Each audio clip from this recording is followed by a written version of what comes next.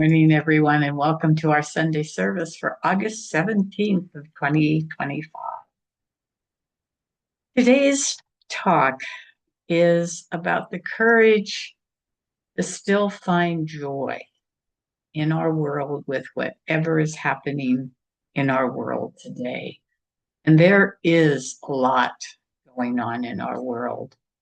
Everywhere we look or hear or see on the TV or whatever, we're hearing about bombings. We're hearing about people being pulled off the streets by masked agents. We're hearing about suicides. And of course, then we can get into politics, which I really don't want to get into now, but it's so much going on that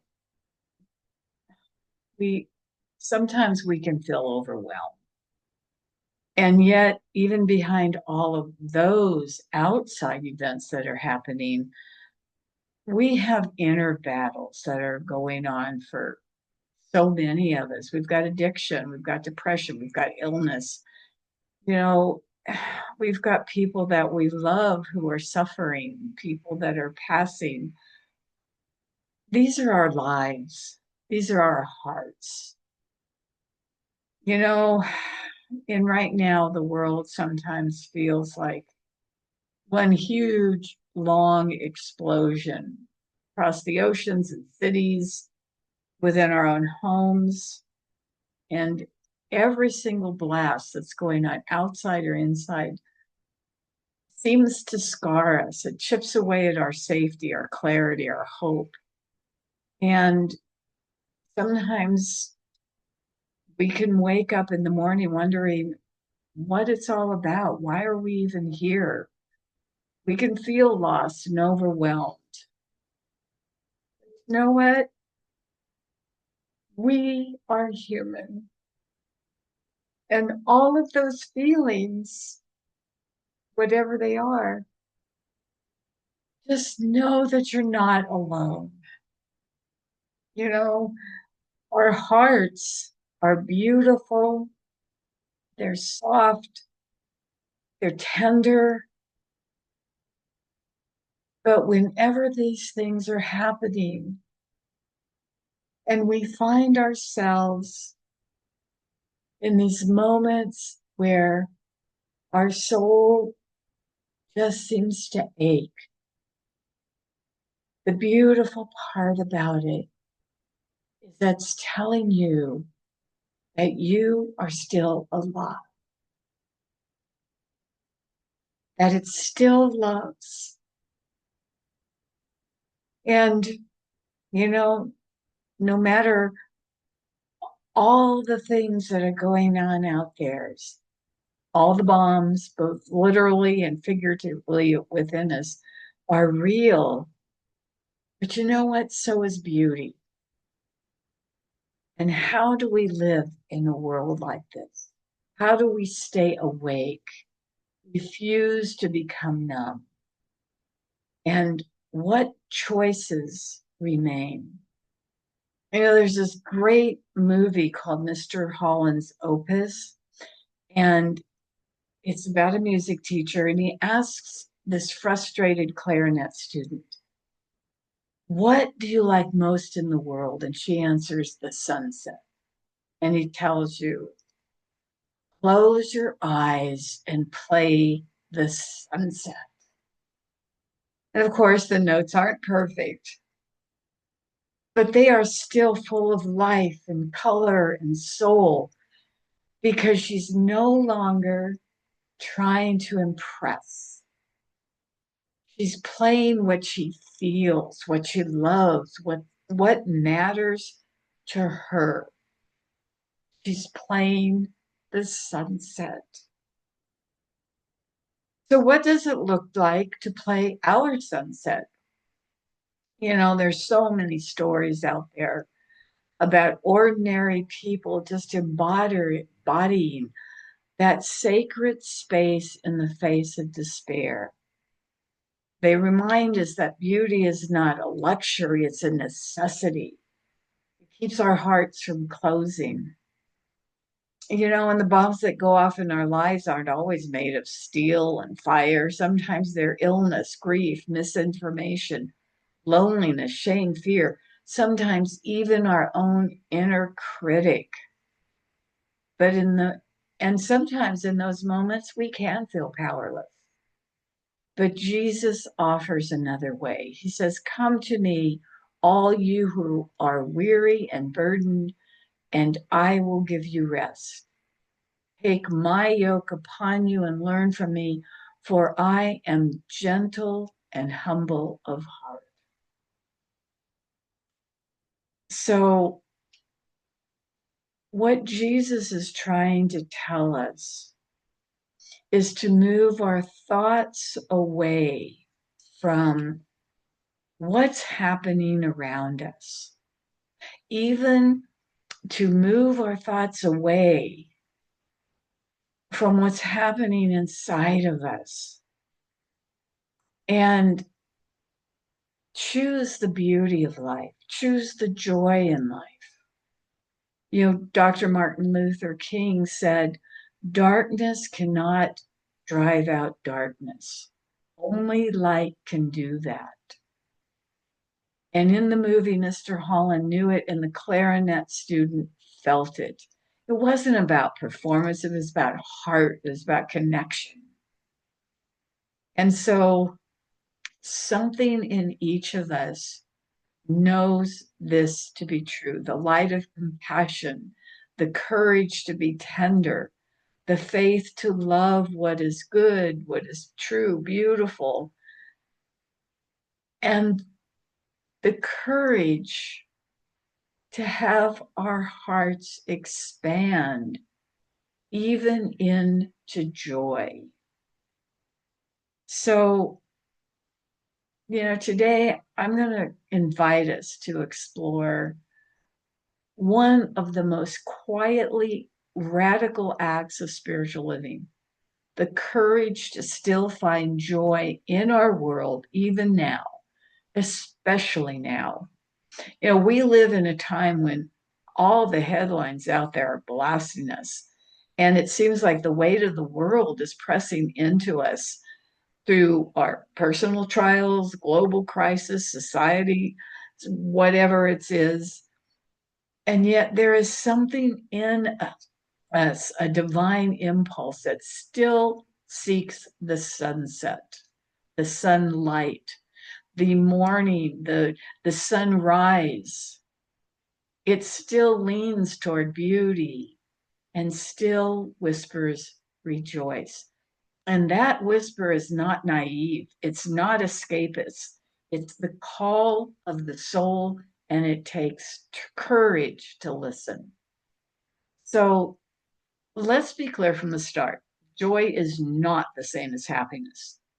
Happiness is often a response to circumstance. Joy is a state of being, a spiritual vibration that exists regardless of outward condition. Joy is the divine motion within us. And joy has a frequency. And when we align with it, even briefly, we begin to remember who we really are. Now, Charles Fillmore often spoke about the 12 spiritual powers, and joy relates closely to the power of zeal. Fillmore defines zeal as the affirmative impulse of existence, its command to go forward. So let's just think about that for a moment.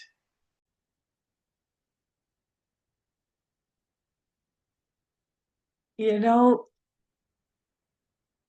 so joy then is the emotional aspect of zeal.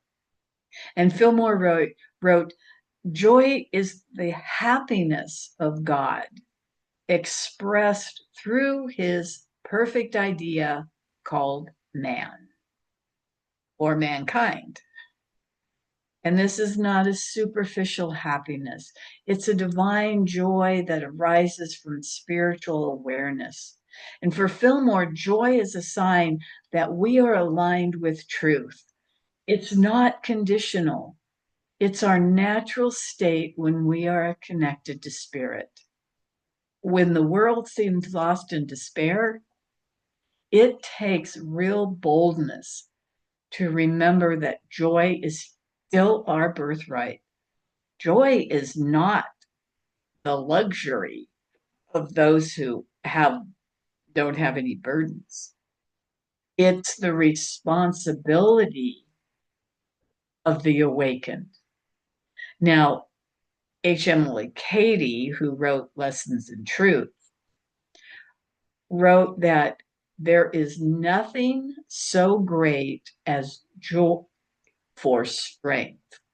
And she emphasized that joy is not something we wait for, it's something we practice, we cultivate, and we learn to express, even when circumstances don't warrant celebration.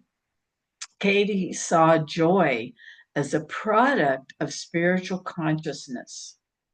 And when we center in truth, when we meditate on our divine nature, she says we find a wellspring of joy that nothing eternal can touch.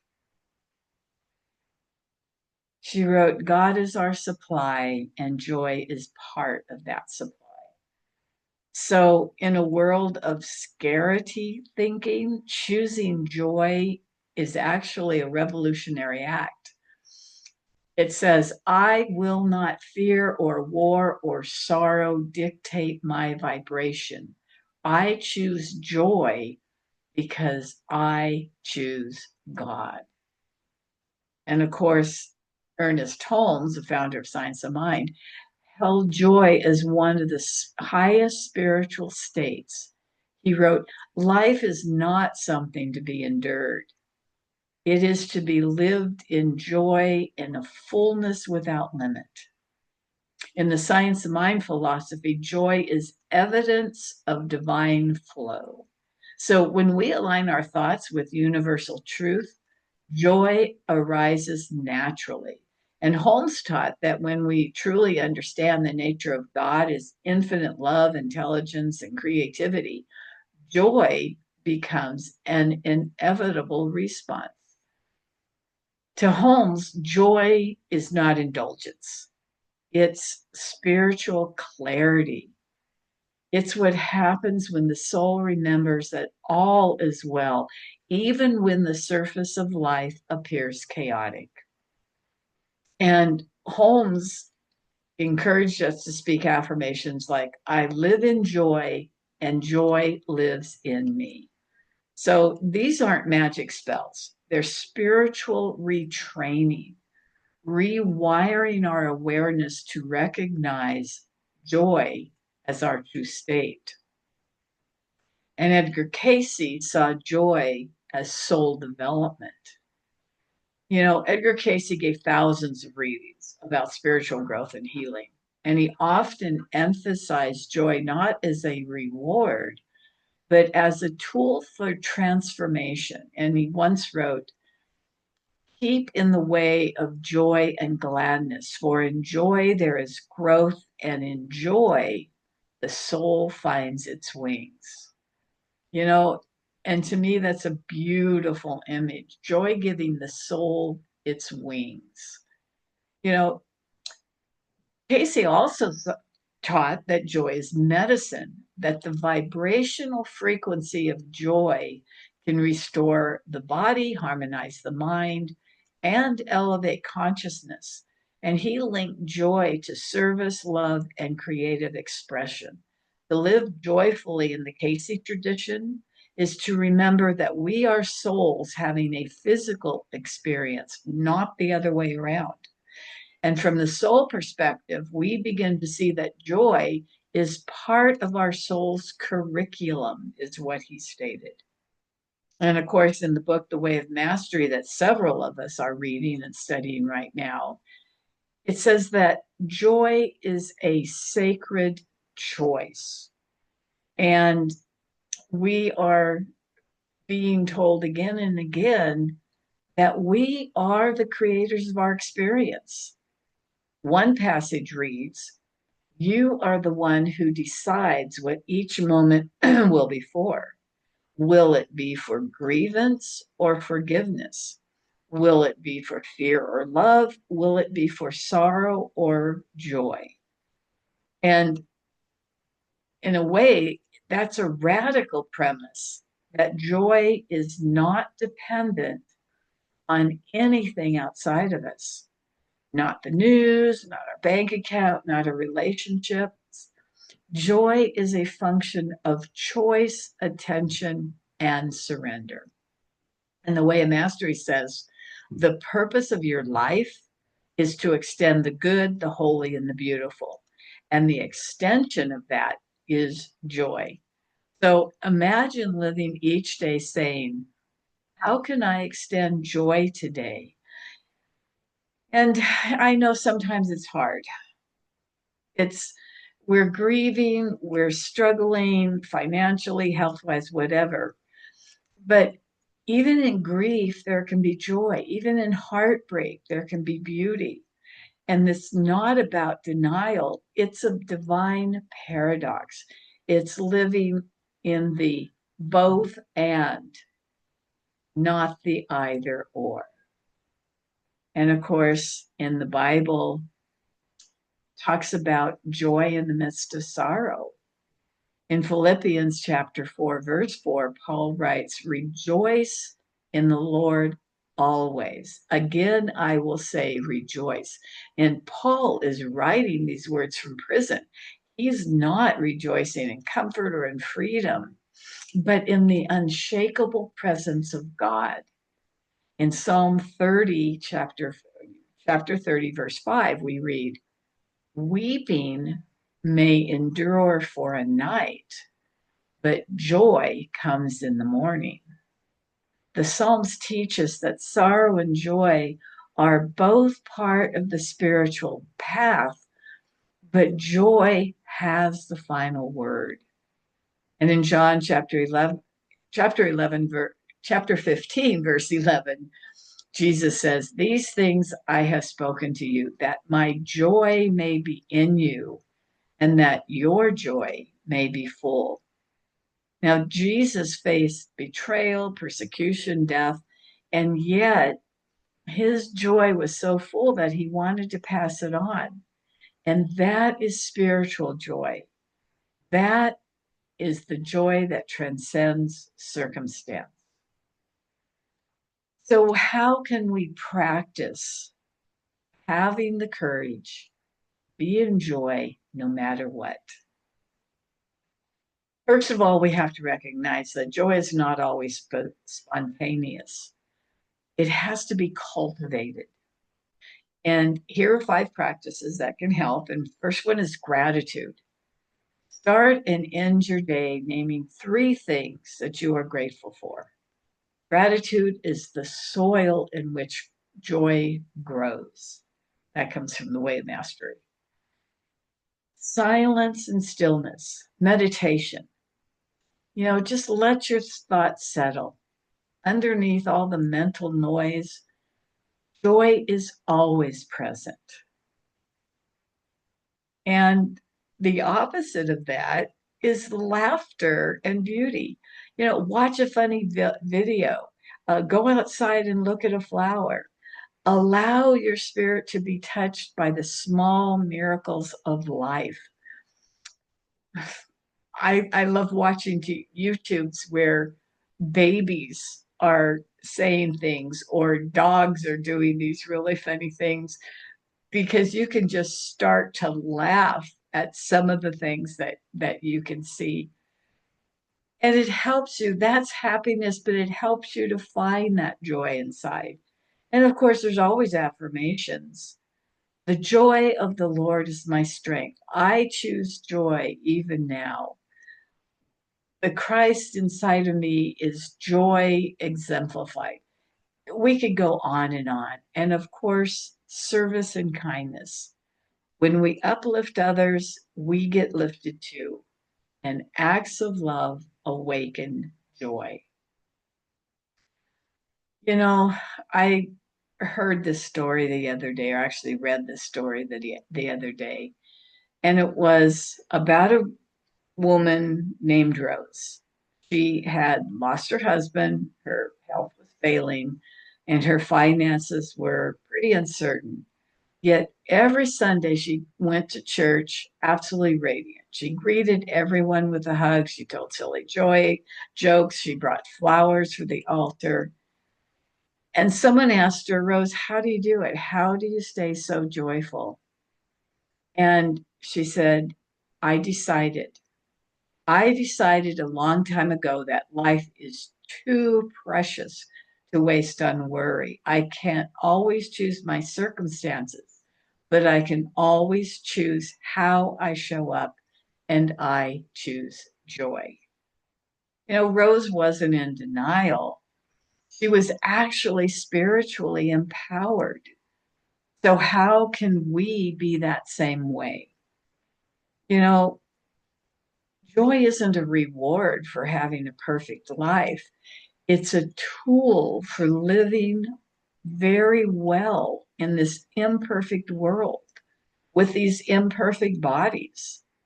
Joy is a protest, in a sense, against despair.